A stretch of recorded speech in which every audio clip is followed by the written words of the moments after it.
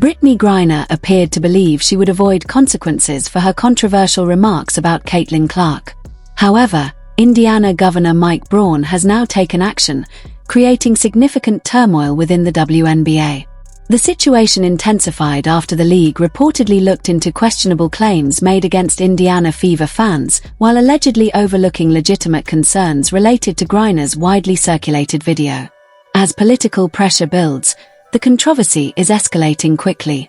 This raises an important question. Does the WNBA's handling of these investigations suggest a double standard or potential bias regarding Caitlin Clark and her supporters? Now the spotlight has shifted. With a high-ranking official stepping in to criticize the league's approach, the issue is gaining new momentum.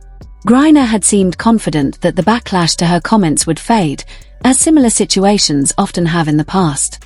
But Governor Braun's involvement has complicated matters considerably, and the consequences could be significant.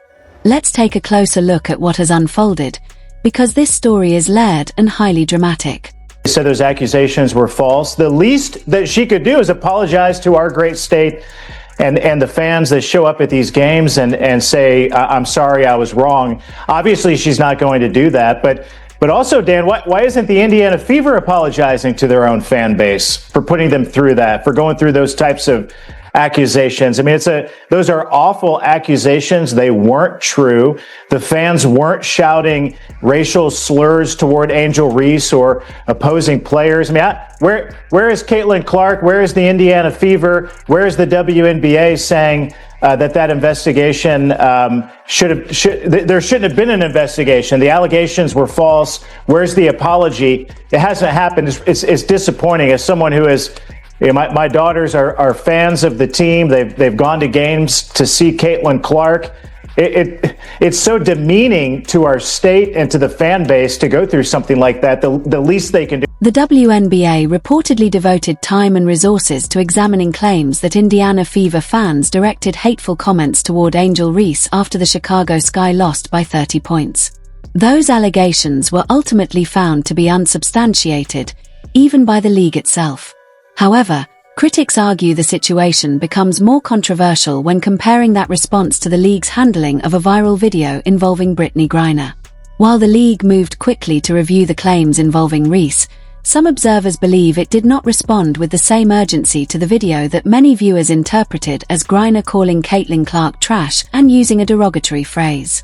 Everyone deserves the right to play. Everyone deserves the right to come here, sit in these seats and feel safe and not feel like there's a threat or they can't be who they are. Definitely will be speaking up against that legislation and those laws that are trying to be passed, for sure.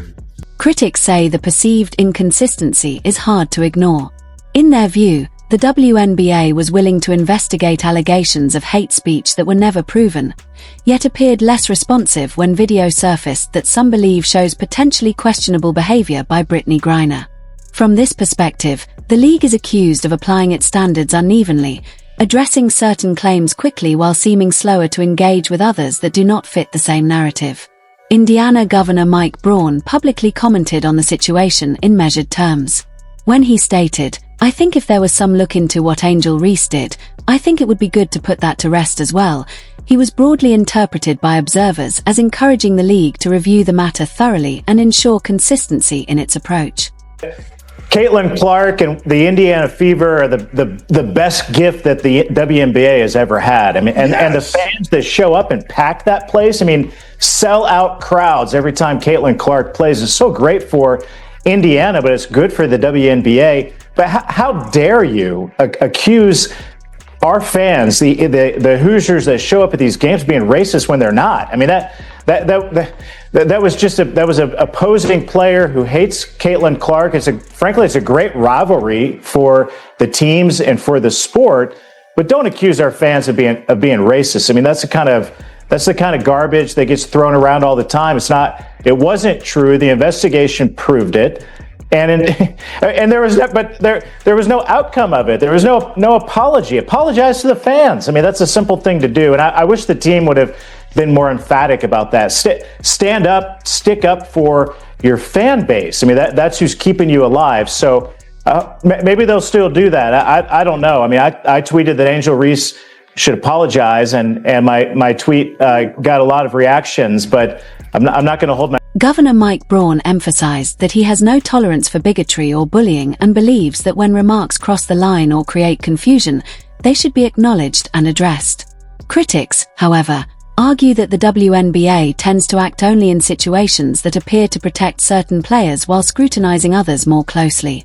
Attention has centered on a viral video involving Brittney Griner that has generated widespread debate. In the footage, some viewers believe Griner appeared to call Caitlin Clark trash and possibly use a racial slur. Supporters of Griner, however, contend she was reacting to a referee's decision, saying the call itself was trash and expletive, whack call.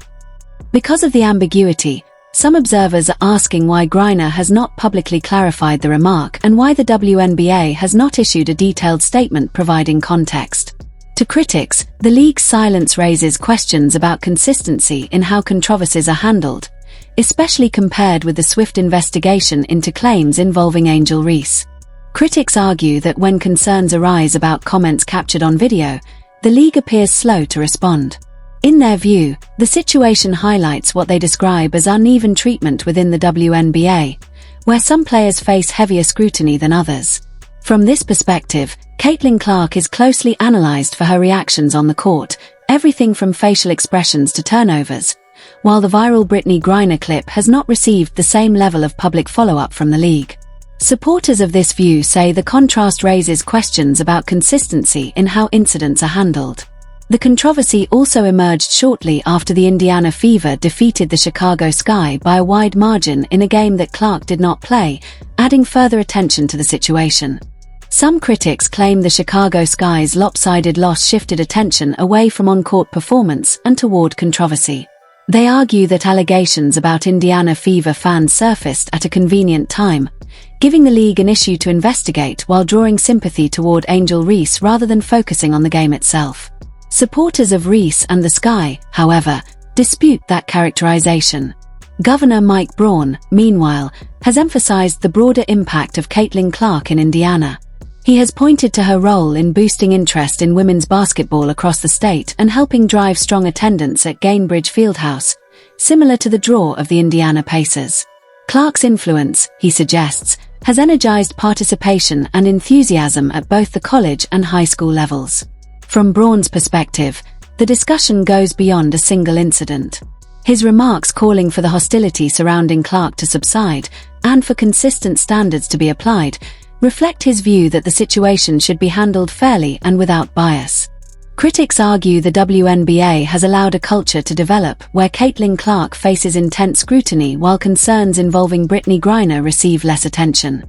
Indiana Senator Jim Banks has already urged the league to apologize to Indiana Fever fans over the unsubstantiated investigation, and Governor Mike Braun has echoed calls for equal treatment. Supporters of this view say the involvement of Indiana officials reflects Clark's major economic and cultural impact on the state and signals growing pressure on the league to apply its policies consistently and transparently.